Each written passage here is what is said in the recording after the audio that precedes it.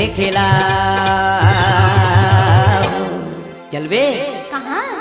अरे अलकनंदा टॉकीज में ना हाँ? बड़ा जोरदार फिल्म लागे है। ऐसे? वो फिल्म ला देखबे ना, हाँ? वो हीरो मन ला देखबे ना, हाँ? तो तोरो जुई जाही लार मजा आ जाही, वो कर ले सोरा हो सिंगार मजा आ जाही। ए जनता काढ़े की ए जनता काढ़े की चल चली आज फुटे पिसेला।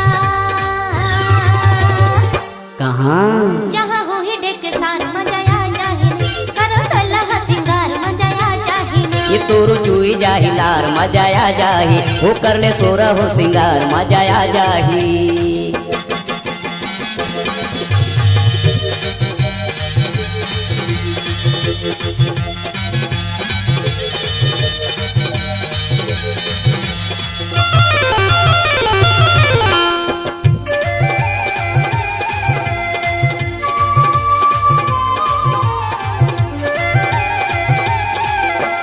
गाड़ी में सवार होके भागी मुड़ा पेल मजा आ जाही।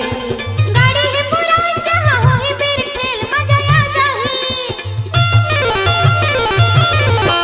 गाड़ी में सवार होके भागी मुड़ा पेल मजा आ जाही।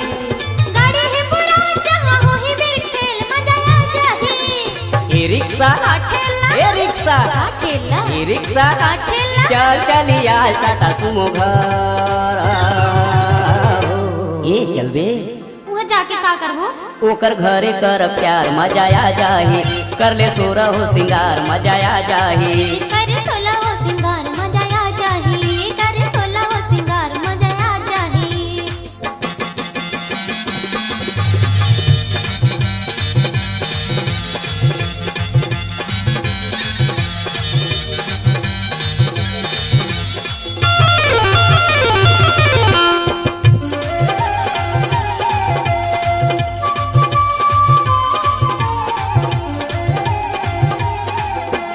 जंगल झाड़ियों नदिया के पार मजा आ जाही। लहसुन और प्याज लेके महू तैयार मजा आ जाही। जंगल झाड़ियों नदिया के पार मजा आ जाही। लहसुन और प्याज लेके महू तैयार मजा आ जाही। ए राजा कारानी ए राजा कारानी चल चली आज पानी पिएला।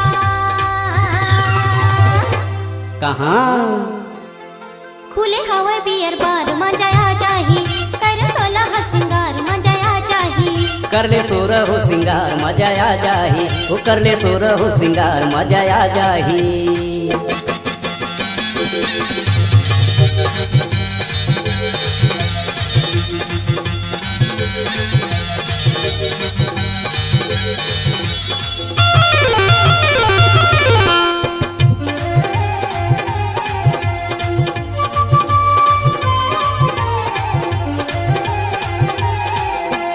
दरिया के पार देवे चुम्मा एक उदार मजा आ जाही।